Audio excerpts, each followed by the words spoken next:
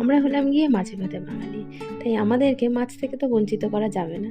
আর এই কাতলা মাছের কালিয়া আমাদের বাঙালিদের খুবই প্রিয়। এই কাতলা মাছের কালিয়া কিন্তু একটি মোঘল খাবার, কিন্তু আমরা বাঙালিরা আর সব খাবারের মতো এটাকেও নিজেদের মতন করে বানিয়ে নিয়েছি। 3 থেকে 4 কেজি ওজনের পাকা মাছ এই কাতলা কালিয়া বানানোর জন্য কিন্তু সবচেয়ে ভালো। তাহলে দেখো, আমি প্রথমে মাছগুলোকে নুন, হলুদ আর কাঁচা তেল মাখিয়ে রেখে দিয়েছি। এবার মশলার জোগাড় করব। তার জন্য আমি নিয়েছি 2টো মিডিয়াম সাইজের পেঁয়াজ আর 1 কোয়া মতো আদা, যেটার আমি পেস্ট করে রেখে দেবো। একটা টমেটো কুচি করে নিয়েছি আর 5-6টা কাঁচা লঙ্কা চিড়ে নিয়েছি। আমি একটা টমেটো ইউজ করেছি, তোমরা চাইলে 2টো মতো টমেটো ইউজ করতে পারো। আর নিয়েছি 50 থেকে 60 গ্রাম মতো টক দই, যেটাকে ফেটিয়ে নিয়েছি। এবার একটা বাটির মধ্যে 1 চামচ জিরে গুঁড়ো, 1 চামচ লঙ্কার গুঁড়ো আর 1 চামচ হলুদ গুঁড়ো মিশিয়ে রেখে দিয়েছি। কড়াইতে তেল গরম করে মাছগুলোকে ভালো করে ভেজে তুলে নেব।